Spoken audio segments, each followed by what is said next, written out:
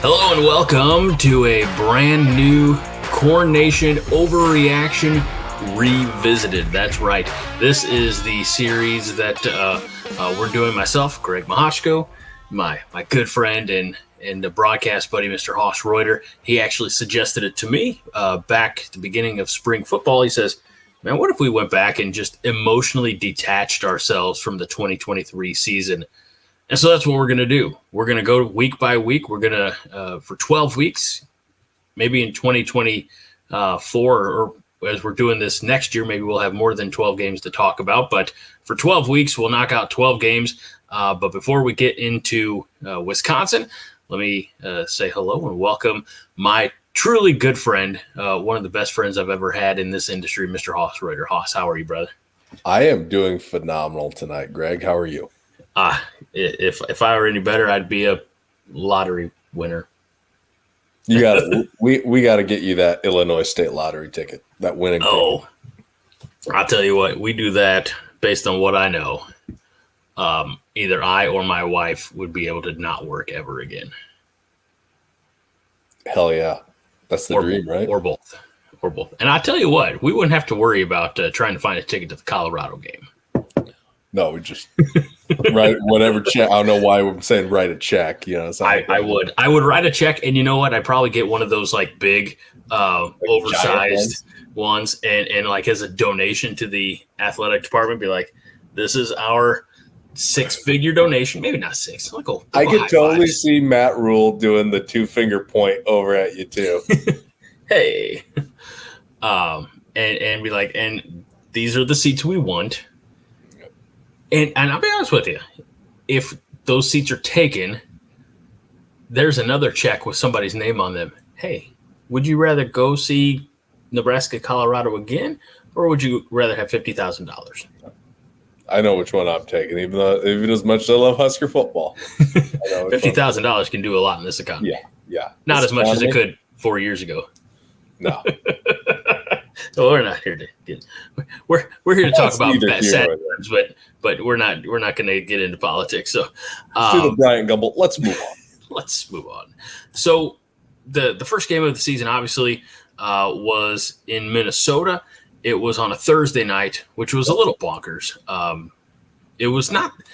Here's the thing: it wasn't even the only like weeknight game Nebraska would have, because a few weeks later they would be playing on a Friday night in Champaign, which I'm excited to get into that one because I was at that game. But they go to Minnesota, they're in front of not even 54,000 fans. Must have been 2-for-1 hockey stick night out at I don't know where I was going with that. Drinking their grain belt and eating their tater tot hot dishes. Here we go. This is what it was.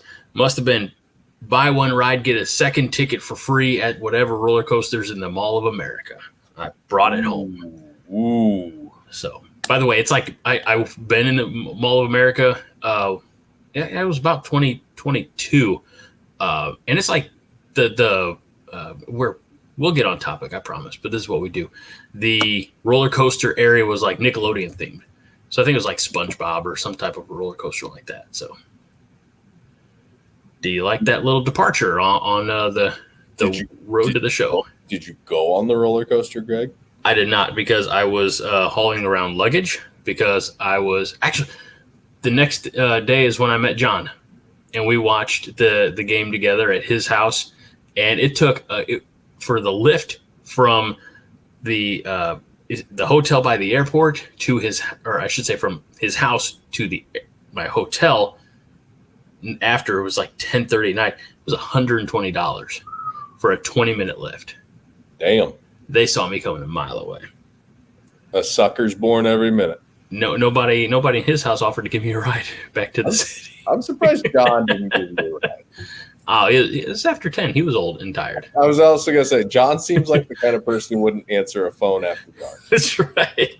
Yeah. Somebody better be dead. So anyway, let's talk about it.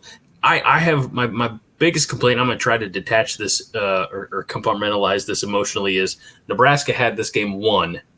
They were up 10-3, and then they stopped running the ball in the fourth quarter.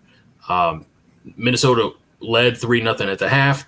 Nebraska scored in the third quarter. And I won't forget this, and I don't know if I'll necessarily forgive, but on 3 consecutive plays with the lead in the fourth quarter, they threw 3 straight times, all incomplete, and Minnesota took next possession, went down the field, and scored. Yeah, that's when they got their field goal, right?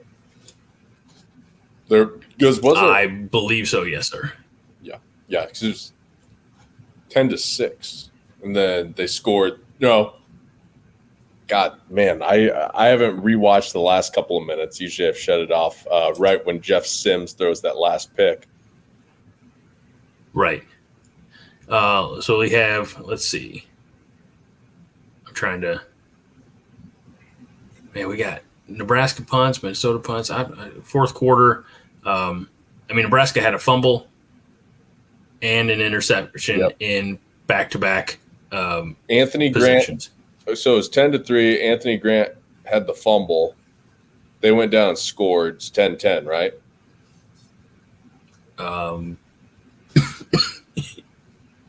Yeah. Yeah, and then the interception was what led to them going down. Within a minute left in the game. Yeah. Okay. Yeah. So, rewatching that game, and I've rewatched it probably 3 or 4 times since it was live. The first few times was for the CornNation overreaction, and then this time it was to rewatch. For this episode, it's pretty evident that the staff really didn't know quite what to expect from the offense. It's one thing to have an idea what they're going to do in practice, have an idea what they can execute in practice. But in game situations, especially the first game of the season against a division opponent that Minnesota has played really good defense in the past 4 or 5 years in the Big Ten Conference. In 2022, they had one of the best scoring defenses in the conference. And so being put in that position as a new staff with a lot of new players to open the season that way, they look like, Satterfield really focused on just, quarterback run game, tailback run game, and then not getting overly fancy in the passing game. It was very simple reads, whether it was trying to run some quick game, whether just run some basic 3-man concepts. But all in all, it was very much, kind of the game plan where they thought the best success could be with running the football and trying to move Minnesota off the line of scrimmage. When we look at, Nebraska outgained Minnesota 295 to 251 on fewer plays, 56 to 69. So obviously their average per play was 5.3 yards to 3.6. But 7 penalties for 55 yards. They had the fumble, which we talked about, Anthony Grant late in the game. That, I don't know. I never had an issue with Anthony Grant. Coming in, he gave us 2 years. I felt he was a strong runner, strong straight line. And look, he'd get some bursts of speed from time to time. But I think as soon as he dropped the ball, literally and figuratively, in that game against Minnesota, man, the Boo Birds came out and they were ready to see a change. The problem with that is, I don't know. I maybe I'm too forgiving. Maybe I would have made the same mistakes as far as like hitching my wagon to one particular player over past regimes or head coaching staffs. So I don't know. Brody Belt guy. Haas. I had forgotten that name until you said it just now. I'm kidding. Moving on. My favorite, as ridiculous as it's going to sound, my favorite, I'd say for right now, until somebody eclipses it, in the time that I've been a fan. I take that with a grain of salt because I've not been a fan since the 80s, since I was in diapers, just since the early 2000s when I was in diapers. But Nate Swift, probably Solid choice. To date, probably my favorite Husker receiver. Anyway, I do think that because Nebraska had the opportunity to salt that game away, but I'm not going to lay it completely on Grant, just like I'm not going to lay it completely on Jeff Sims. I think that what you alluded to, they were trying to establish them. They were trying to figure out, and it's a tough spot to be in as a staff and as a quarterback. You're coming in new against like you said, a division opponent. First game of the season. It's on Thursday night. I think it was nationally televised, and you're on the road. And you've only seen each other in practice. You've not got any actual live game film. So I don't. It is a tough spot. I'm not laying the blame on any one person or thing, but I do believe that when the coaching staff, be it Rhule or Satterfield or whomever, made the decision, I'll die on this hill to for 3 straight incomplete passes. Not that they intended them to be incomplete. Come on, folks, I'm not stupid. But when they made that decision, I was like, well, shit, there goes the game. Yep. Because we needed to kill the clock at that point, and instead we just gave it away. And we talk about the passing. Jeff Sims was 11 of 19, 3 interceptions, 1 touchdown. It was not a good day for him. And I don't know. I don't know if he was expected to be. There was definitely not the amount of hype around Jeff Sims as there is about our current crop of quarterbacks,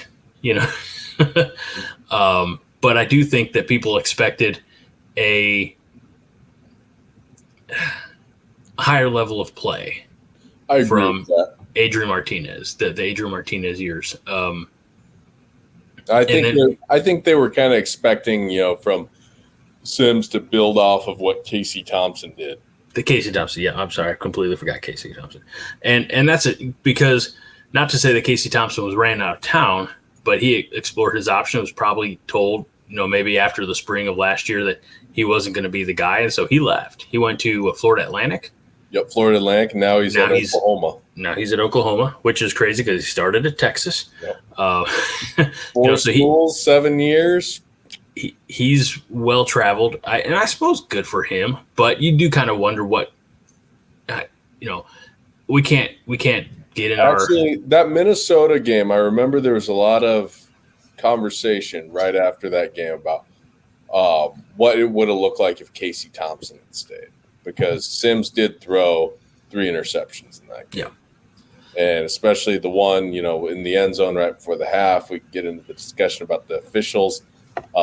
And Gabe, calling a false start penalty, and then, Gabe Irvin, he scored, should have been a touchdown.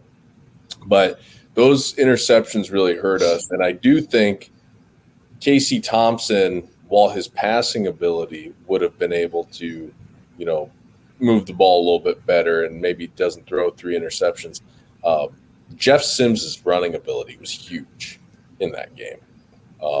On our first possession, we take over on our own 1-yard line after Minnesota kind of drives about midfield on the opening drive of the game.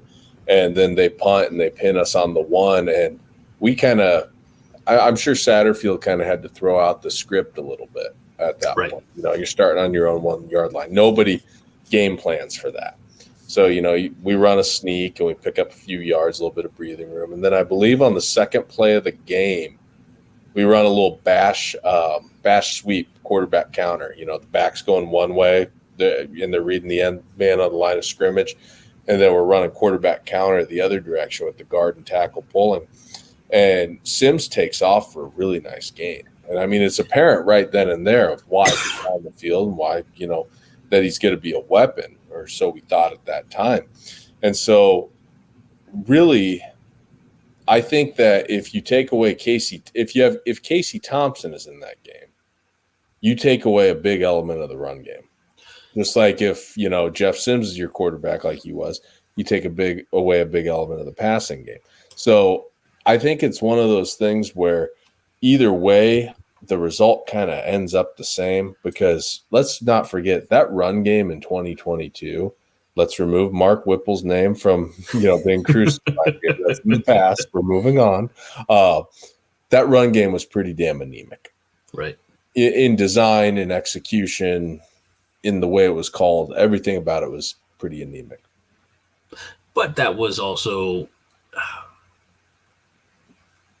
Did you say personnel or did you just say design and scheme? I didn't say personnel, but that's a good one to also mention. And that, a lot of the offensive line was still the same from 2022 to 2023. I mean, because in 2022 you had Anthony Grant. Yep. You had Gabe Ervin. Yep. You had Ramir Johnson. So some of the pieces were there. Mm-hmm. I don't want to, I'm one to sit here quietly and yes, agree. You're right, Haas. But I do think, with the benefit of hindsight, that a healthy Casey Thompson, you might end up being down 7-0 early, but I think if the rest of that first half went the same, I think Casey Thompson puts that pass where it needs to be for a touchdown. If the second half plays out the same way, I don't think there's that last, drive interception. I think that it could be a wash, but Casey Thompson wasn't, to borrow your word, anemic with his legs. I mean, he was not as athletic as Jeff Sims, but he could be counted on to get you 4 to 6 yards. The only reason keep a drive alive. The only reason why I kind of look at it being the same result, even with Casey Thompson, is our tailback run game, the traditional tailback handoff run game, was very anemic in that Minnesota game too. Irvin had some runs, especially early, but late in the game, Minnesota adjusted, and we were really having to just try to make things happen with running, Sims on design quarterback runs, option plays. We even saw a little bit of the old 38 belly option from Sims in that game.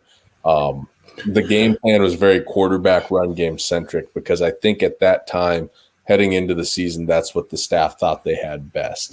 That was their fastball and their best chance to win football games. And to that point, and the statistics back you up, because Sims was the leading rusher of the game, 91 yards net. He gained 117, but he lost 26. Gabe Ervin Jr. had 55. Anthony Grant, 27. Jalen Lloyd with 9. I believe that was probably on a jet sweep. End around that almost popped for a touchdown. Bryce Benhart gets out a little more out in front of the defender. That thing is 6 instead of settling for a field goal. So I think that's the biggest, and I know that it's going to be discussed in the we're recording this before the 5 Heart podcast is live. I don't know when this will drop. I've got to check the analytics and find the best time. Yeah. But John's a real prick about that. But I know it is going to be. I think as much the focus that because Matt Rhule was recently on ESPN, and he's talking about like one of the things we got to do is not turn the ball over 30 whatever times this year. But I think it's equally important to not have your quarterback be your leading rusher. Yeah, I think those days need to be effectively over. Yeah, I agree. And those days go back to Taylor Martinez, realistically. Jamal Lord and Eric Crouch. Okay, I mean, yep. A little before your time as a Husker. Well, I know. I know of Jamal Lord, and I know of Eric Crouch. Come on, the Heisman Trophy winner. He's all right, did okay for himself. But when I think of the quarterbacks of my early fandom, it was Zach Taylor, Joe Gans, those guys. Yep. So quarterback is a distributor. Agreed. Yeah, game manager. Like, look, I dislike this person with the fiery passion of 1,000 suns, but Tom Brady is not a first ballot Hall of Famer because of the use of his legs. No. He got the ball in a timely manner where it needed to be. I just called him a first ballot Hall of Famer too. He is the greatest of all time until Patrick Mahomes showed up. You think that's going to be take your Kansas City Chief bias out of it. Yeah. Do you think that Mahomes will pass Brady on most statistical categories of note? I think so. If he stays healthy, I think he will. Interesting. I do. And then what do you say? This isn't even the 5-Heart podcast, and I can't even believe I'm bringing it up. When Dylan Raiola gets to the next level. Yep. I actually want to segue real quick. No, you brought that up. Right? Can he just be drafted by the Lions, by the way? Right before the Super Bowl, I was at Shields in Omaha. Shout out Shields if you want to, send us some stuff, some gift cards. Greg won't use them, but I will. I will send all mine to Haas or to underprivileged children. That's better. But I was there and I was every time the Chiefs have been in a Super Bowl, I've always made a point to go buy something even before the game. And the reasoning is, you never know. The window could shut on a team at any time, their championship window. Never take it for granted. If you're a fan, enjoy it. You buy a hat and they lose, so what? You keep the hat. You don't wear it, but you keep it. It's part of being a fan. So I was there and this kid was showing his mom, I overheard him showing his mom a Kansas City Chiefs Super Bowl hoodie, and he's like, oh, I want this hoodie. And she was like, your dad wouldn't like it. And the Shields salesperson there in that section was like, oh, is he a Niners fan? And she goes, well, no, he's not really a Niners fan, but he went to Iowa State. He's a big Iowa State fan. He's a Brock Purdy fan. And I just kind of stopped and thought to myself, I was like, if Dylan Raiola is what we think he is and he gets drafted high into the NFL, do you know how many people in this state are going to either just outright become a fan of whatever team drafts him? Or if you're already a fan of an NFL team like you or I are pretty devoted fans of our NFL teams, we'll adopt it as a second team. There's going to be a lot of that here. So here's – if it's Las Vegas or Denver or – if it's a division rival, no. Division rival, no. If it's the Cowboys, probably not. No. If it's the Green Bay Packers, hell no. That would make that. You think that Johnston is happy now? If he went to the Pack, John might not be able to close his robe, if you know what I mean. It won't be from Blue Chew. Anyway, we're way off for the horse. Sorry, guys. I'm not helping the no Kool-Aid initiative. Well, let's talk about because I know I don't want to say it was a concern. I think it popped up in 2022 in equal measure, but there was less quarterback controversy from Minnesota when we faced them in 2023. It was announced in pretty well. The keys to the kingdom were Ethan Kaliakmanis's, and that by itself presented a little bit of a matchup challenge because of what he can do on the football field. Mm-hmm. And I thought Nebraska did a really nice job defensively in this game against Minnesota, limiting them to what? 283? It wasn't even that. Yeah. 251. 251. Yep. They did a really nice job shutting down. We did a really nice job shutting down the run. We played really kind of a hard deck, which I'm glad we're not live because I know all the comments that would get. Fred, my man Fred out there. Number one Husker fan, number one Sopranos fan. We played a hard deck at about 12 yards, kind of playing a little bit of matchup zone in the secondary. And you can really see it on Omar Brown's interception that snuffed out a Minnesota scoring drive. And so being able to limit Minnesota, because at their core, Minnesota wants to do two things. They want to run duo and outside zone right down your throat. That's what they want to do. And then when you really start trying to get off blocks and defend the run, set a hard edge, and also bring in secondary defenders, from the secondary to fit against the run, they're going to try to hit you with a vertical passing game. They did that when they had Rashad Bateman and those receivers, on their 2019 team. And so we were really able to limit that because really what Minnesota tried to do in this game back in August was they tried to set it up off the run. They tried to formation us with certain formations, unbalanced formations, bringing in their H-backs to kind of drag across the formation underneath on bootlegs for Kaliak Manis.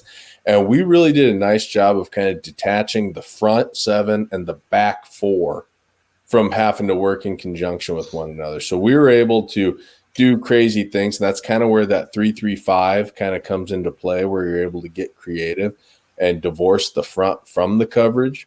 And we're really able to, if they're running split flow concepts against us, faking the run one way and then rolling back out the other, kind of being able to pursue one way to close that off and then also still have flow going the other way to defend whatever concept they're trying to hit us with.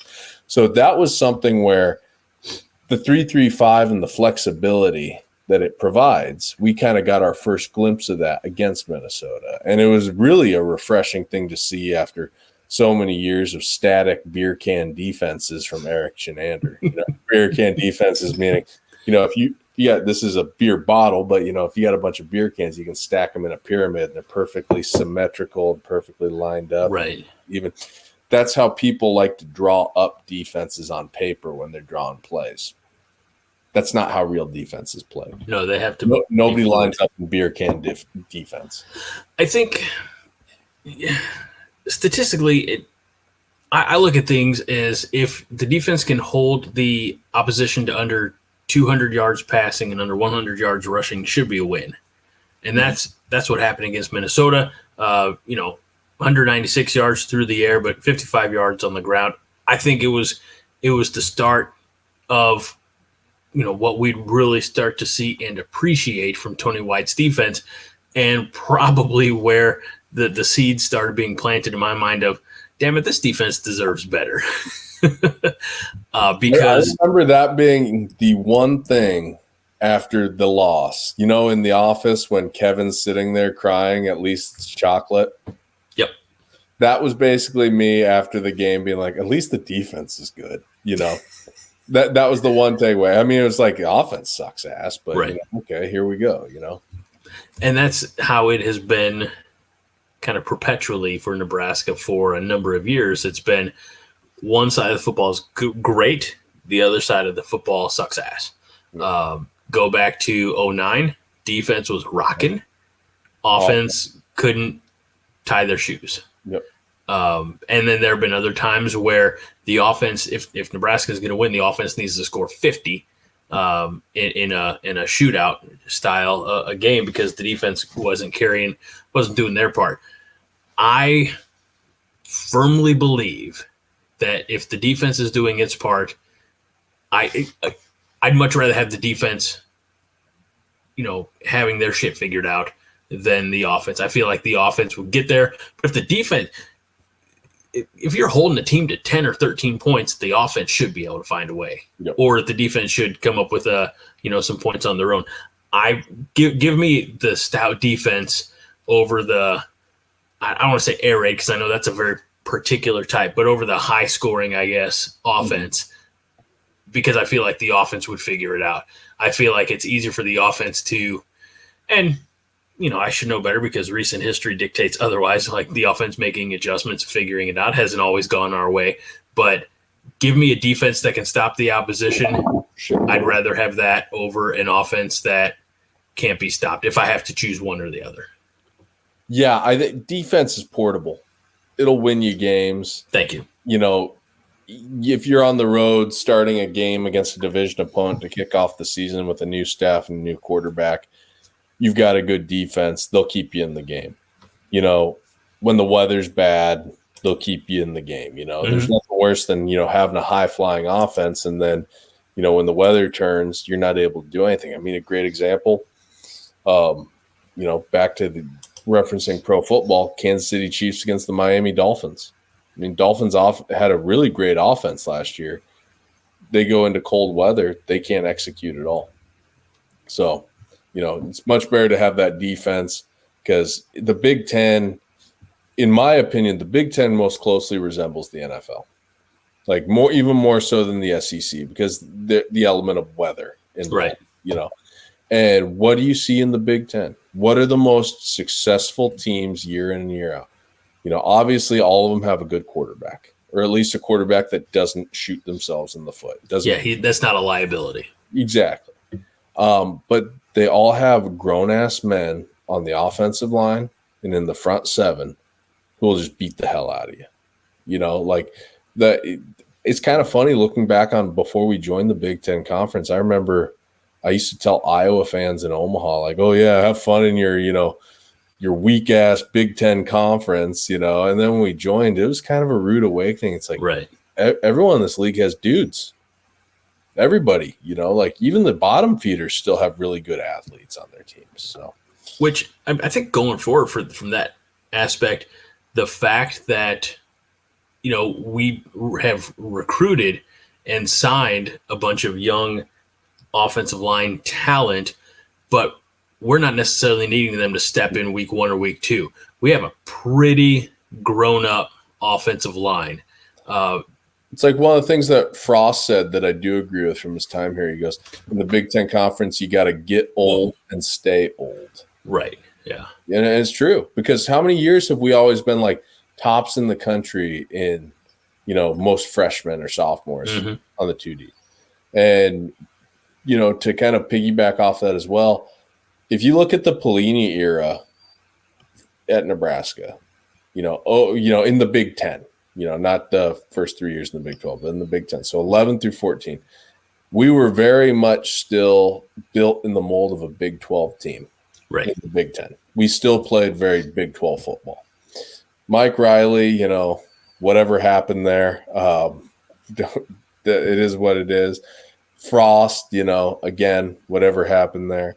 But when you get into Rhule in 2023, I think that the way this team was built, the way this team was disciplined and fought, I mean, they had the turnover issues, but I think that largely goes back to inconsistency at quarterback play.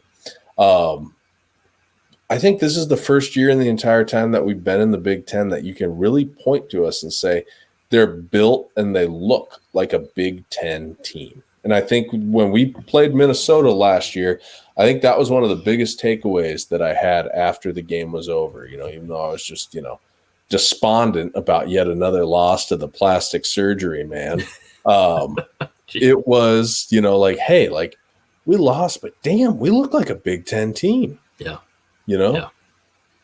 You're not seeing defensive penalties that you commit that extend a drive. You're shit like that, Started playing disciplined football, even though, offensively we had some issues and we had turnovers offensively, but that's, kind of what you have to expect when you're going on the road with a new staff, new quarterback, new system in game 1.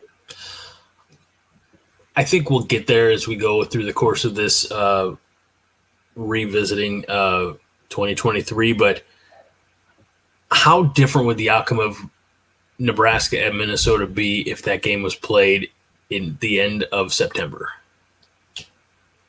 I still think Nebraska struggles by the end of September. Even if they've had, a few of those non-conference games, the more lightweight competition to iron out some of the wrinkles. I don't necessarily want to go to Boulder week 1. No. I think that's going to be as difficult in some regards. But if you can open up against the teams that we had at home there to finally open up the season. Bethune-Cookman. No. I thought it. I wasn't going to say it. Actually, if you were to say, let's flip Minnesota with Michigan. So let's say we play Minnesota September 30th instead of August 31st. And Michigan first? No, just remove Michigan. Oh, okay.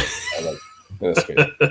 I think what you would see after 2 games, Northern Illinois and Louisiana Tech with Harburg starting and having that identity really solidly emerge of, we're going to run quarterback run game. We're going to run option. We're going to limit, mistakes in the passing game and, really kind of also implement some under center stuff. Because we didn't get under center terribly much against Minnesota, not as much as we did later in the year. I think that if we played Minnesota on September 30th, you would see a team that would probably find a way to win that game. That's kind of what I think. And I don't. But you want my like take it to the bank statement on where it would. I can't talk evidently. My take it to the bank statement on where you place the Minnesota game within last season. That's a guaranteed win. Early November? Late October. Late October, okay. That October stretch, Nebraska was playing really good football. Mm-hmm. Those are going to be the fun weeks to the fun games to talk about. I'm not looking forward to the Michigan State one. I'm still not over that damn game. Yeah, and you were there. I at least I could say that I was at the Illinois game, so yeah, which was a lot of fun for me and my boy. Well, a lot of fun for me, not so much fun for him. But we'll talk about that here in a few weeks. But as we put a bow on Minnesota, I mean, I don't even think, do we have them on the schedule this year? Nope. That's so weird. I know. I don't like dropping them off the schedule when we haven't beaten those guys since the year of Greg's savior, 2018, Scott Frost's first year. Wow. My savior. Okay, you know what? You take your Catholic faith seriously, so I can't do that to you, my man. What? I just I don't think he was. I mean, anybody's. Anyway, all right. I just wanted to give you a hard time, and now I feel like a real schmuck. That's okay. You're a good man, and we appreciate you. And yeah, so yeah, I think if I were Nebraska, I think Minnesota might have been one I would have tried to save.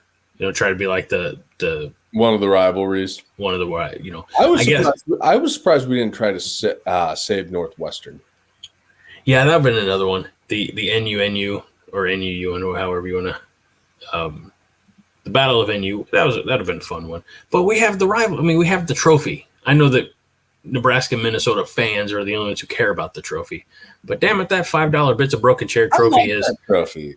And what it is it's always for a great cause. Both sides raise money. I know for Nebraska, it's obviously for Team Jack, and for Minnesota, it's for University of Minnesota Children's Hospital or something like that. So it's a tremendous cause, and it just sucks that it's going to be a couple of years till we get to see them again and see that beautiful trophy again. So and let us not forget that Sean Eichhorst was so self-conscious about what kind of image that trophy put out that he basically whisked that trophy away and pretended it got lost.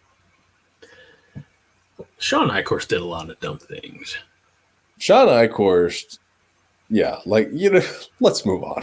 Yeah, we could spend a whole other 15 minutes bitching about old Red there. So, all right, that'll do it for this episode. This chat revisiting the August 30th, 2023 game against Minnesota. It was one again that Nebraska ended up on the downside of that tilt. Final score 13-10.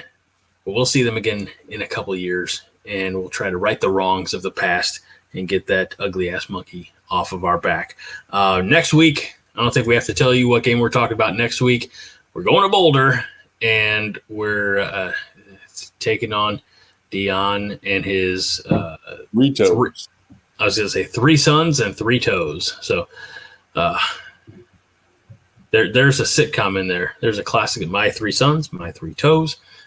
Anyway, that's going to be next week's conversation. So I don't remember how we close out CornNation Overreaction, and I definitely don't know, Haas, how we close out the revisited version. So we'll just say, for my good friend, broadcast buddy, Mr. Haas Reuter, I'm Greg Mahachko. This is CornNation Overreaction Revisited, and we'll see you next week. Haas, go Big Red. Win the damn off season. Ooh.